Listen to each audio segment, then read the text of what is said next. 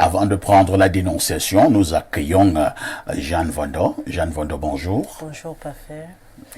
Bonjour à tous les co-panélistes, surtout à Bléo, qui me donne une bonne information ce matin. Laquelle? Et je crois qu'après, il pourra me donner des explications, que ça soit un peu plus clair. Je dis bonjour aussi à tous ceux qui ont... Je ne sais pas de quoi vous parlez. Ça ne vous concerne pas. Non, ça ne vous concerne pas. Il fallait donc le faire. Non, il faut bien inbox. Dès que c'est devant les caméras. Parce que même le type de la Côte d'Ivoire a regardé, il suit. Il veut savoir de quoi il est question. C'est vendredi, on ne stresse pas les gens. Le week-end, c'est demain. On ne stresse pas les gens. Bonjour à tous ceux qui ont perdu des êtres trop chers, comme Samuel Eto'o. Vraiment, c'est pas évident. Tout à fait. Lui, j'aimerais vraiment l'accompagner. On l'a vu pleurer. Hein. Oui, il a pleuré parce que je suis allée dans son village une seule fois. Je suis arrivée aussi sur Belle-Antoine, en Gambais. Donc, je sais de quoi il est question. Quand on peut en être cher, il faut le laisser à la dernière demeure. C'est pas évident. C'est pas évident. Et aussi à toi qui paie des êtres chers et parfait. C'est aussi donc vraiment beaucoup de courage à toutes ces personnes-là. Mais au-delà du courage que vous me souhaitez, moi j'ai besoin d'autre chose. Hein. Oui, je sais. Parce que le courage n'achète pas le cercueil. Oui, je sais. Moi je suis clair. D'accord. Jeanne Vondo est chef d'entreprise et nous allons passer la parole à Bernardo Basson pour la dénonciation de ce matin. Tu n'es jamais sérieux. Il y a quoi? Le courage n'achète pas le cercueil. Et pour ça, c'est même vrai. Mais c'est la vérité, non? Dès qu'on a fini de te dire courage, oui, courage, vraiment, tiens bon, courage. Il faut acheter le cercueil. C'est vrai. Tu as des problèmes, on te dit il faut la collation. Courage, ça ne résout pas les problèmes. Non, ça ne résout pas. En tout cas, parfait ici. Aujourd'hui, on dénonce une situation de honte. Vous savez, une lourdeur et une lenteur administrative de trop au Cameroun. Vous avez certainement lu dans les réseaux sociaux et même ailleurs que l'équipe nationale de handball du Cameroun ne prendra pas part au tournoi qualificatif olympique. Tout à fait. Qui a débuté en principe hier le 11 à Debrecen en Hongrie. Mais les raisons sont honteuses. Les raisons sont simples. C'est que du côté du Cameroun, on a pourvu les éléments utiles pour obtenir les visas en retard, notamment les assurances et les billets d'avion.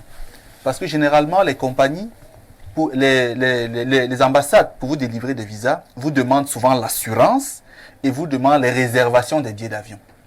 Donc notre délégation n'a pas mis à disposition ces éléments suffisamment à temps auprès de l'ambassade, ce qui a donc conduit à ce que les visas ne soient pas rapidement octroyés et donc le Cameroun a été remplacé par la Grande-Bretagne. Vous avez donc des jeunes Camerounaises qui ont pris part à la CAN de handball, qui ont fini vice-championnes d'Afrique, mais qui n'iront pas au tournoi qualificatif olympique, non pas parce qu'elles n'ont pas eu le mérite, mais parce que notre système, et ses lenteurs et ses lourdeurs, ne leur a pas permis, notre système, à obtenir facilement des visas pour le voyage. Pour moi, c'est une honte grossière pour ce pays. Jusqu'où est-ce qu'on va toucher l'extrême du vice? Jusqu'où est-ce qu'on va essuyer de telles hontes par faire ici? Donc nous sommes disqualifiés d'une qualification potentielle pour les Jeux Olympiques parce qu'on n'a pas fourni à temps l'assurance pour les compétiteurs et toute la délégation ainsi que les réservations des billets d'avion. Bernardo, vous êtes sérieux dans ce que vous dites? Voilà la raison. Ce que vous savez et que je fais généralement ici, même si quelquefois ça ne se passe pas très bien, c'est que ce n'est pas une affaire d'aujourd'hui, le 12. Il y a 3-4 jours. Donc moi, j'ai pris la peine de téléphoner, d'enquêter, de me renseigner, de prendre des informations par-ci, par-là pour les recouper. Et une autre information qui fait état justement de ce qu'on n'a pas pu payer les billets d'avion et payer l'assurance à temps, c'est que du côté du ministère des Finances, il y a une politique là-bas qui demande à ce que parfois, lorsque des fonds doivent être versés, que des personnes décident de prélever une partie de ces fonds-là. Et quand vous refusez... Là, nous n'avons pas suffisamment d'éléments. Je suis d'accord avec vous. On se limite ça rentre dans les éléments qui, quand vous recoupez, vous font quand même froid dans le dos. Parfait. Oui, Blériot. Je souhaite que Bernardo, qui non seulement a recoupé, qui est aussi du milieu du sport, précise ici les responsabilités des uns et des autres. Tout à fait. Parce qu'il y a trop de confusion. Okay. Qui fait quoi pour que l'équipe de handball voyage? Tout à fait. Voilà. Alors, pour faire simple, c'est la fédération qui principalement est responsable des procédures. Lorsqu'il y a besoin en principe de voyage, on a entendu les gens dire que le ministère des Sports s'occupe seulement pour la FECAFOOT. Voilà, donc les filles ne vont pas aller en compétition parce qu'elles n'ont pas obtenu les visas. Même si vous donnez ces précisions, je vous préviens que dans les messages, les Camerounais vont encore vous dire que c'est le ministère qui devait aller faire ça. Parfait, ici, ce que vous dites là, moi je n'ai pas lu cela. C'est même que ça. Mais c'est même surabondamment partagé. Vous savez quand même que ma formation, c'est dans le droit. Donne-nous d'abord la procédure. Qui devait faire quoi? Pour qu'une équipe voyage, qui doit faire quoi? Il y a ce qu'on appelle la coordination des sélections. C'est elle qui demande les passeports des athlètes. C'est elle qui les conserve. Elle fait la fédération par le président, généralement qui a souvent une ligne auprès du ministère concerné, fait une demande de budget, une demande de disponibilité des fonds pour pouvoir payer tout ce que la logistique du voyage demande. Tout à fait. Une fois que les fonds sont disponibles, donc les paiements sont effectués et donc on dépose les documents qui précisent que les frais ont été versés, ainsi que les visas auprès de l'ambassade, les passeports auprès de l'ambassade qui délivrent donc tout simplement les visas. Donc c'est la fédération qui est principalement responsable. En cas de litige pour l'obtention des visas, parce que par exemple la Hongrie n'a pas d'ambassade au Cameroun, donc on devait aller au Nigeria prendre des visas. Sauf que l'ambassade d'Allemagne, dans certains pays, gère cette procédure. Bon, moi je veux qu'on aille vite. Oui. Je vous pose la même question, mais de différentes manières. D'accord. Que doit faire le ministère des Sports lorsque une équipe doit voyager?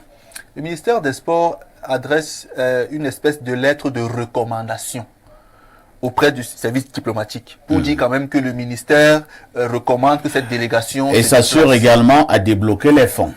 C'est au niveau des finances que les fonds se débloquent parfois ici. C'est-à-dire que le ministère des Sports envoie le budget au ministère des Sports. Finances Qui débloque, il valide le budget. Donc voilà le job du ministère. Oui.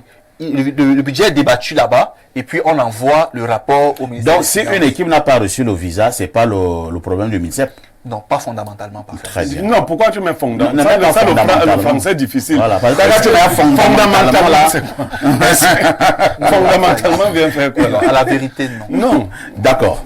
On va donc passer aux commentaires. Hein. On va d'abord passer la parole au révérend Émile Mbarga. Révérend, nous parlons, certains peuvent rire, mais dans des pays un peu plus sérieux, c'est très grave qu'une équipe n'a pas pu voyager parce que nous sommes allés déposer les dossiers en retard à l'ambassade et nous n'avons pas reçu de visa. Oui, c'est très triste. En effet, j'ai aussi lu ça, suivi ça dans les réseaux sociaux et j'ai eu mal parce que ces jeunes gens sont vice-championnes d'Afrique. Sont quand même arrivés, elles sont assez compétitives, vice-championnes d'Afrique. Ça veut dire qu'elles avaient leur chance de participer aux Jeux Olympiques. Alors, c'est déjà, si vous n'arrivez pas à être compétitif, c'est une chose. Mais si vous avez des capacités pour arriver jusqu'au bout et que des choses normalement simples soient à l'origine de votre disqualification, vraiment ça fait très mal, non seulement pour les athlètes, mais aussi pour tout le peuple camerounais, parce que on nous enlève ici une possibilité de suivre notre équipe, une possibilité potentielle de suivre notre équipe aux Jeux Olympiques. Tout à fait. Donc c'est scandaleux, c'est vraiment scandaleux. Et le problème chez nous, c'est que quand ces choses arrivent, les sanctions ne suivent jamais. Et c'est à ce niveau que moi je vais prendre la parole hein, oui. Pour justement interpeller, entre guillemets, Jeanne Vondo. Jeanne Vondo, je voulais justement que vous puissiez coller un mot sur l'aspect ayant trait à la sanction. Nous sommes en train de dire qu'une équipe de handball au Cameroun, équipe féminine, n'a pas pu voyager parce que le staff administratif, certainement de la Fédé, n'a pas joué son rôle, ou alors certains acteurs n'ont pas joué leur rôle. Nous avons déposé les documents en retard à l'ambassade et naturellement, on a rejeté notre dossier. On a même été remplacé par la Grande-Bretagne. Alors, est-ce qu'une affaire aussi grave, une affaire gravissime comme celle-là, devrait passer comme ça et la vie continue. Est-ce qu'on ne devrait pas établir les responsabilités? Enfin, ici, les affaires du Cameroun sont compliquées, tellement compliquées. De telle enseigne que là où nous devons trouver le bonheur, c'est toujours le malheur qui suit. Vraiment. Parce que comprendre qu'une équipe a été remplacée par faute de lourdeur administrative, vraiment, c'est à sanctionner vraiment. Et je pense que déjà, au niveau même du staff de cette dite équipe, il n'y a pas d'entente. Certainement, il y a eu des disputes. C'est chacun qui voudrait gagner quelque chose et la personne n'a pas trouvé son compte. Donc, du coup, ça crée tout un désastre. Moi, je pense qu'il faudrait des sanctions vraiment très strictes et qu'on puisse exposer ce problème, qu'on ne puisse pas taire. Parce que la plupart des temps, des problèmes du Cameroun, on fait taire, on embrouille et puis à la fin, ça continue. Donc, il faudrait que des sanctions soient mises, surtout sur ceux qui sont de la hiérarchie de cette équipe-là. Wow, on passe donc la parole à Pierre Blériot. Pierre Blériot, je ne m'éloigne pas de la sanction, parce que le mal lui a déjà été commis.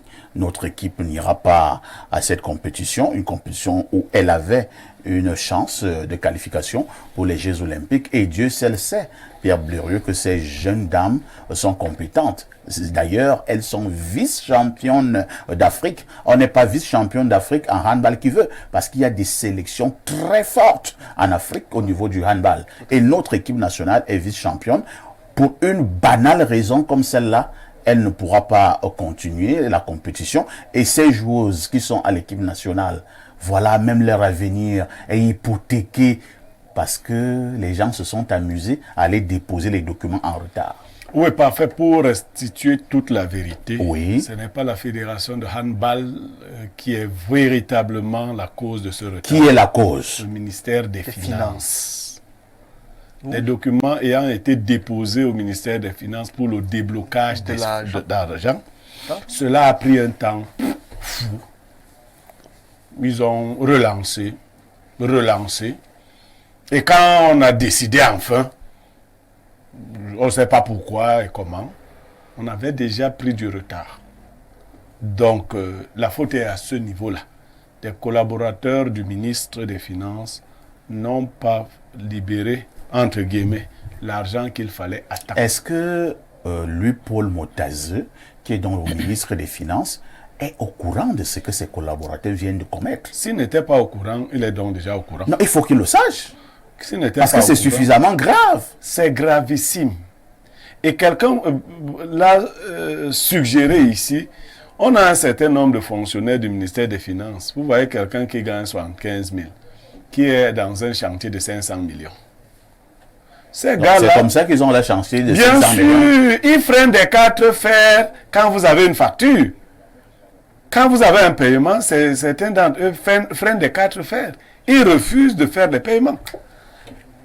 Donc, à partir de ce genre de comportement, il faut bien évidemment punir. C'est là que je fais le parallèle. Les fédérations doivent avoir une certaine autonomie de gestion. Pas ici. C'est-à-dire que les fonds que l'État alloue aux fédérations doivent arriver suffisamment à temps. Ailleurs, quand on est professionnel, on n'attend pas d'avoir une compétition sous la main pour commencer à chercher l'argent.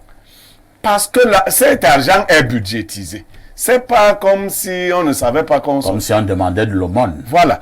Donc, et puis les dépenses, ces dépenses autres de l'État ont aussi des registres. Donc il faut vraiment, quand on dit qu'il faut sortir l'argent au Cameroun, vous voyez toujours les gens qui font comme si l'argent était leur argent. Il y a ça. Mais il y a aussi, je crois, le manque de poigne du président de la fédération de handball. Parce que là, je parle de manque de poigne. Parce qu'il faut éviter... Attends, il devait aller gifler les collaborateurs du ministère des Finances. Qu'est-ce que tu entends par manque de poigne? Non, manque de poigne, c'est quoi? Voilà. J'ai envoyé un document que mon équipe va aller en compétition à telle date. Voilà le budget validé par le ministère des Sports. Il est déjà à votre niveau au MINFI. manque de points, c'est encore quoi? Il doit aller là-bas et qu'on va boxer tout le monde. Très bien.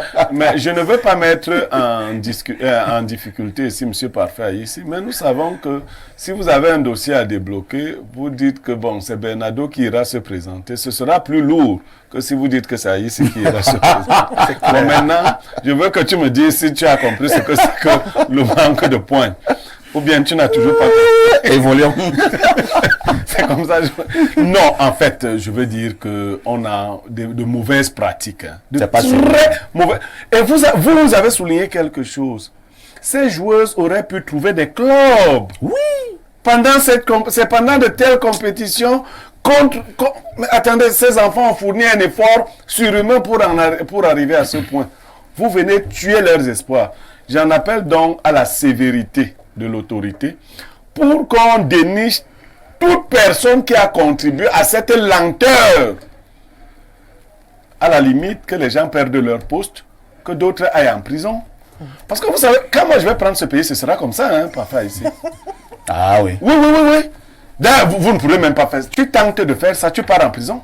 Ah oui. Directement. Ah oui. On n'attend pas. Ah oui. Ce sera un régime proche du régime militaire. Pas les trucs qu'on dit qu'on va attendre opération. Tu pars en prison le même jour. Il n'y a pas opération. C'est moi-même le pervier. Je te prends. On te met en prison.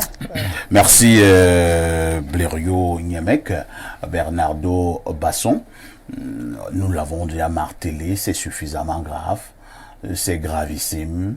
Et je devrais vous dire que ce n'est pas la première fois au Cameroun où on a eu affaire à ce genre de pratique. Parfait, ici, à la vérité, vous voyez, bien sûr, parce que c'est des choses difficiles à prouver, vous n'avez pas souhaité que j'en parle avec raison, parce que c'est très compliqué à prouver. Mais comme au Cameroun, on se connaît en détail, on sait ce qui se fait où au Cameroun. On sait ce qui se passe au ministère des Finances lorsqu'il faut que les paiements soient effectués. On connaît le fameux 30%. Tous les Camerounais le savent.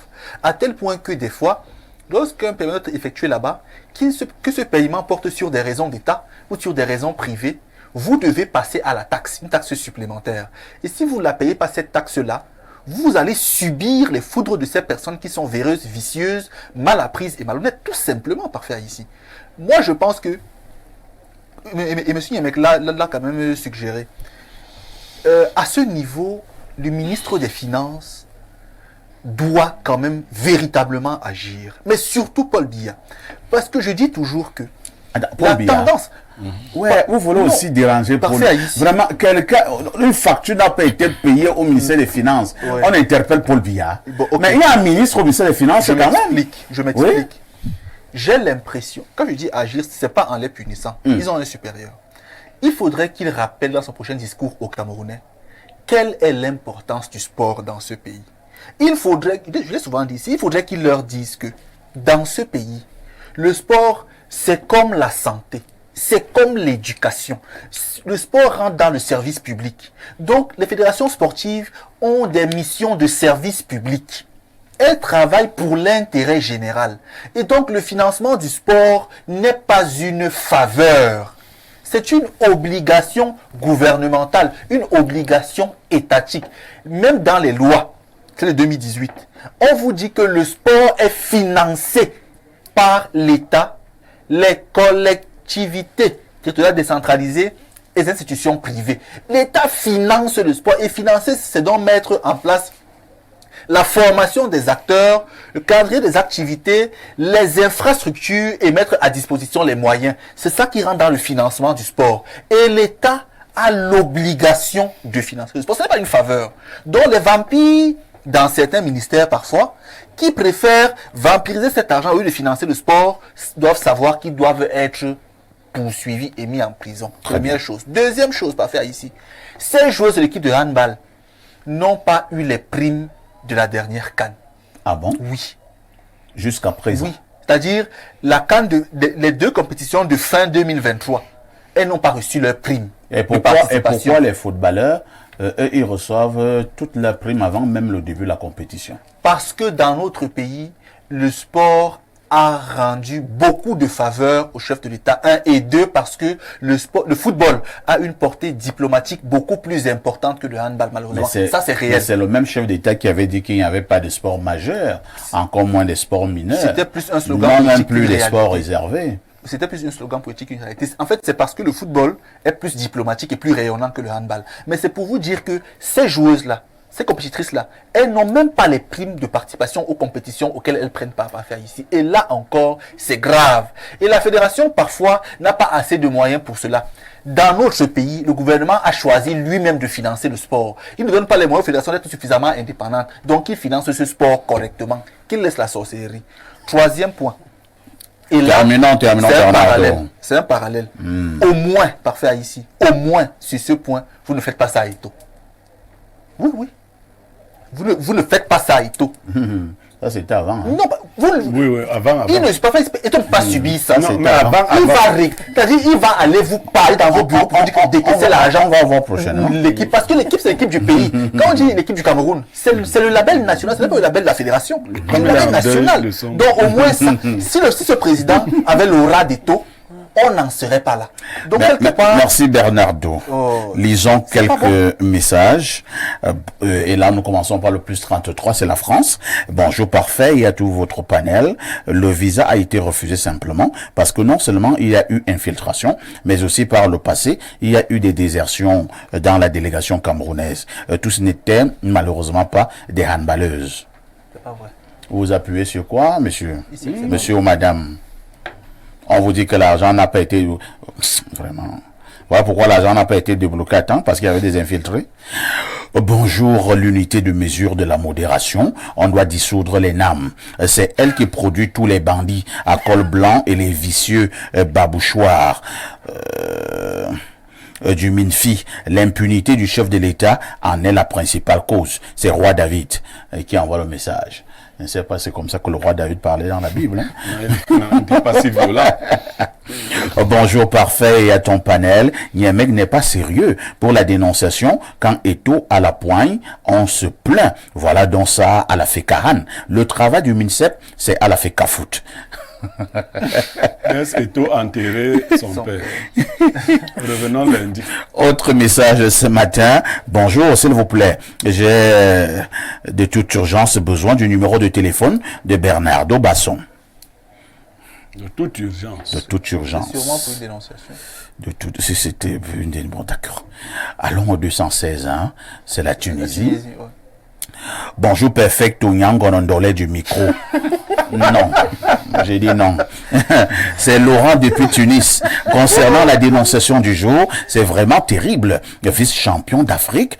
Tout d'abord, c'est pas facile d'être vice-champion d'Afrique. Le ministère des Finances, le ministère des Sports, tous ces gens sont malhonnêtes. Monsieur Niameg l'a bien dit, certains gagnent des salaires, par exemple, comme il a dit, 75 000, mais ont des chantiers de 500 millions. Valsero avait chanté, ce pays tue les jeunes. Voilà les jeunes qui devraient trouver des clubs. Ce sont des opportunités pour ces jeunes, mais c'est le continent camerounais. Qu'est-ce qu'on peut faire? Voilà donc le gouvernement de Paul Biya. Après, il va vouloir nous empêcher d'aller en aventure. Pourtant, le pays va mal dans tous les compartiments. Donc, même les dernières primes, elles n'ont pas reçu. Monsieur Bernardo a tout dit.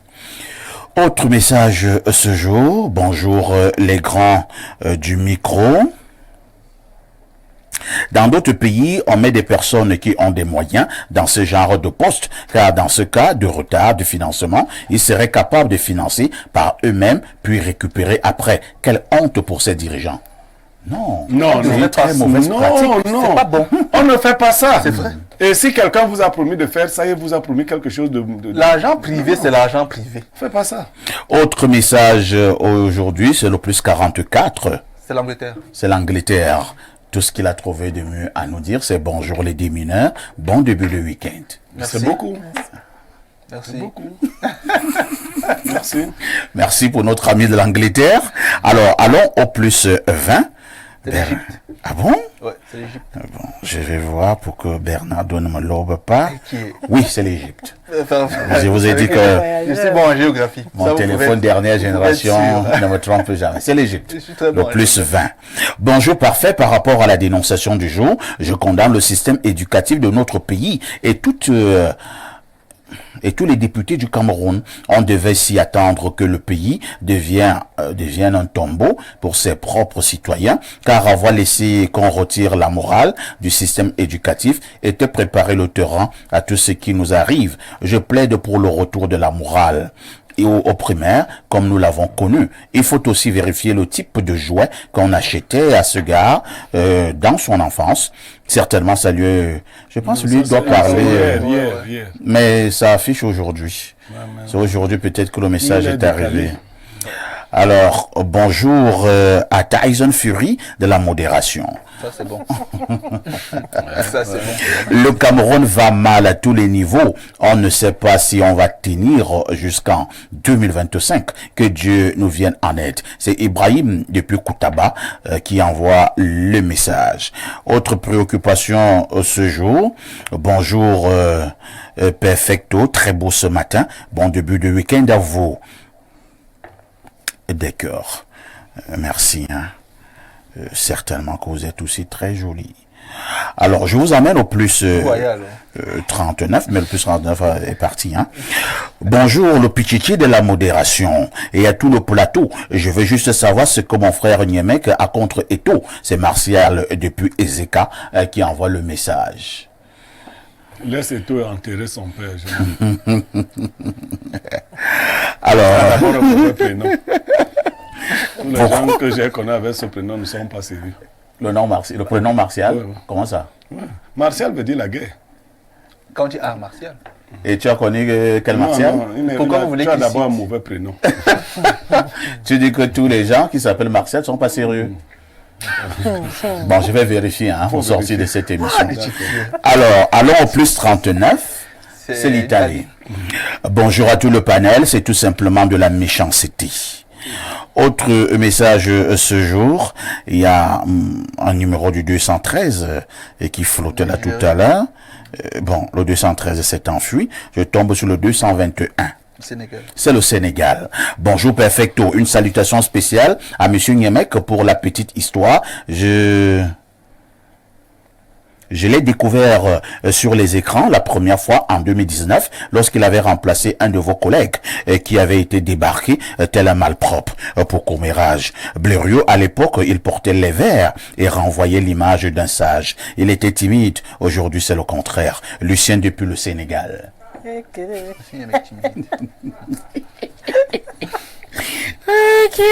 Blériot. Pour un week-end, c'est bien. Il dit que j'étais timide. Tu portais les verres. C'était Tu comme ça. renvoyais l'image d'un sage. Mais aujourd'hui, c'est le contraire. Je ne sais pas qu'est-ce qu'est le contraire. La timidité, la sagesse, C'était les deux. tout ça. Alors, allons au plus 49. C'est l'Allemagne. Bonjour El Perfecto, le Amadouayidjo de la modération. Comment ça, qui écrase tous les petits Il faut savoir qu'on regarde cette émission à la présidence. à la présidence. Très belle émission, c'est toujours un plaisir de vous écouter, nous édifier sur les différents sujets qui mènent notre société. Monsieur Niemek, très belle analyse, comme toujours, vous êtes à l'aise sur tous les sujets. Vous êtes une bibliothèque vivante. C'est un privilège pour nous les Camerounais de vous avoir. Concernant la thématique de handball, c'est une honte pour tout notre pays. Le chef de l'État devrait sévir pour que ce genre de choses ne puisse plus jamais se répéter. Ceci ne concerne pas seulement le handball, mais tous les domaines du Cameroun, rien ne marche. Et s'il s'agissait du football, tout le monde se serait emparé de la chose. Mais comme c'est le handball, on s'en fout. Non et non et non. Cessons de traîner l'image du Cameroun dans la boue. Ce genre de dégâts, ce n'est pas surprenant dans un pays qui est une curiosité planétaire. Alors, le message est très long, on s'arrête à ces niveaux. Je prends le 241. C'est le Gabon. Le pays que dirait le général Brice Oligui Clotaire. Nguema. Bonjour Perfecto et le panel. Ce qui s'est passé au Cameroun n'est pas un cas isolé. C'est l'Afrique qui fonctionne ainsi. Le noir a été toujours jaloux de la réussite de son semblable. Bekale Moyo Georges depuis Libreville au Gabon. Autre message ce jour. Alors, je prends celui-ci. Bonjour, la grande équipe des génies du micro. Mon grand, je pense qu'avec tout ce que nos handballeuses ont eu à subir et les efforts faits par les parents, c'est regrettable, C'est regrettable. douloureux. Et avec tout ce que... Apprenez à bien écrire, hein, vraiment, et je saute. On prend un message un peu plus commode. Qu'est-ce qu'on nous dit là? Bonjour, le moustachu du micro. C'est-à-dire, c'est toi le moins répandu de la modération. Le sport nous divertit pour le bien du pouvoir en place. Restons focus sur 2025. Le Cameroun se vide, suivant le filon. Autre message ce jour. Bonjour à vous sur le plateau, s'il vous plaît. La baisse des prix là, c'est dans quel pays où vous avez vendu le Cameroun sans nous dire? C'est Samuel depuis Kribi. Incroyable. Un autre message, le plus 675. C'est quel pays là? Je sais pas. Plus 1, 675 ou 600. Non, il n'y a pas un. C'est le plus 675. Si Bernardo me donne ça, je lui donne un billet de 10 000. Non, je ne connais pas. Tu viens de perdre un billet de Je viens de 10 000. perdre un billet de 10 000. Je pas double la grave. mise. Je triple la mise. C'est l'Asie quand même. Oh là là. C'est la Chine. Non. Mon téléphone dernière génération, vous ne cessez de vous moquer de ce téléphone. Et elle me dit, c'est la Papouasie-Nouvelle-Guinée. D'accord. Ouais, pourquoi j'ai doublé la mise? C'est dans le Ça veut dire que Pacifique. tu ne peux pas gagner. C'est dans le Pacifique en fait. Non, je sais pas. Alors bonjour les lions du micro, quelle honte pour notre pays, autant de scandales ici dehors. Quand on voit ton passeport camerounais, tu vas souffrir au contrôle à cause de ces bandits à col blanc. Bernardo trouve sans ce code comme tu es... Voilà, et l'écrivain il dit Bernardo trouve ce code comme tu es très fort. Donc lui-même savait que ça allait être compliqué pour toi.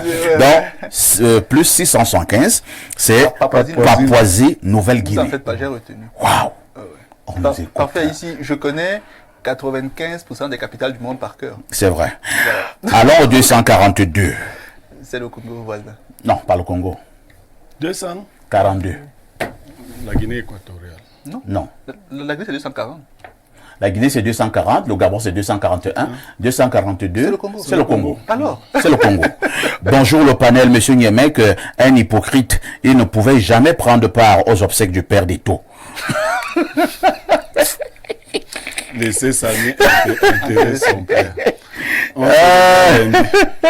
On dit que Blériot fait les larmes de Je crocodile. n'ai pas pleuré. J'ai dit laisser Samy enterrer son père. Alors, allons au 213.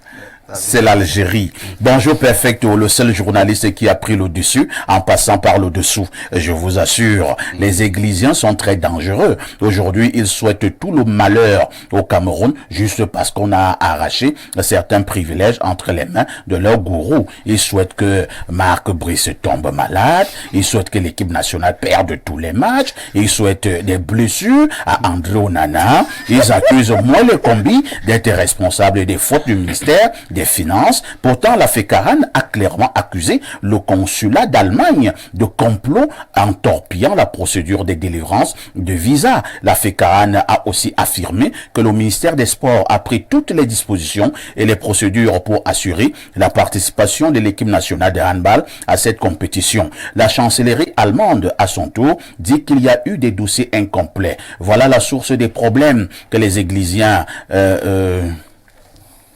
n'épargnent de leur colère et de leur esprit de vengeance et d'aigreur. Marc Brice sera le coach et Onana sera le nouveau capitaine. C'était pour la dénonciation. C'est un têtu. Ça, c'est un rebelle. Alors, Nous prenons ce plus 39, c'est encore l'Italie. Bonjour Perfecto et au panel. Il s'est dit que le président de la fédération est de la famille du ministre. Il s'est dit aussi que la mafia autour de ces voyages est de taille et que récemment certaines de nos sœurs se sont faufilées lors d'un stage. Blériot dit souvent que certains de nos ministres ne devraient même pas être chefs de bloc au quartier. Voilà ce qui se passe lorsqu'on a de longs yeux sur la FECAFOOT au lieu de s'occuper du plus urgent. J'attends seulement l'après-enterrement. RIP à David Eto'o, père. C'est Ndobo de l'Italie qui envoie donc ce message. Bonjour le Phénix. Je n'ai jamais vu un pays où le président de la République est méprisé comme au Cameroun. Si ces sorciers avaient une petite crainte, nous ne serions pas là. Ça c'est plus... Nous ne serons pas là, ça c'est piétiner le drapeau. C'est Djibril Anjamena et qui envoie le message. À tout de suite pour la suite.